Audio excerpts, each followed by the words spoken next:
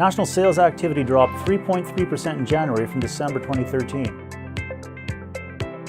New listings were flat in January, up 0.2% nationally from the month before.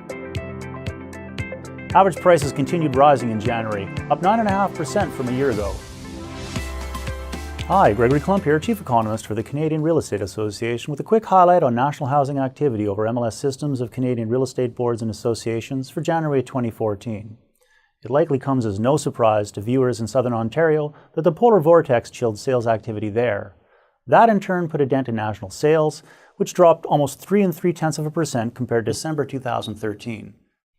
Housing starts and resale activity were both down in January, thanks to those unusually frigid temperatures, making Canada's housing market performance in January 2014 something of a weather report of sorts.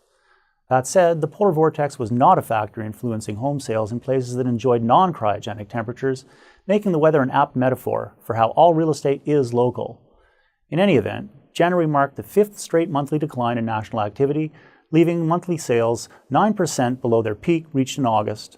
And as for price, average prices in January were up from year-ago levels in more than double the number of places where they were down, including almost all of Canada's most active housing markets. Finance Minister Flaherty, of course, continues to keep an eye on home prices for signs that the housing market is overheating as interest rates remain low for even longer. That said, his 2014 federal budget indicated the Canadian housing market overall is evolving constructively and recognized that prices in Toronto and Vancouver are being fueled by land scarcity for single-family homes, which is to say fundamentals and not speculation are what's driving prices there. So while the finance minister is, to quote directly from the budget, willing to take further action should the situation warrant, unquote, the budget made it clear that the doomsday clock for yet more tightening of mortgage regulations has been set back. There's a lot more to say about the Canadian housing market, so if you want to know more, please visit CREA.ca and talk to your local realtor about what's going on in the market where you live or where you might like to. I'll be back soon with more news about Canadian home sales over MLS systems of Canadian real estate boards, so stay tuned.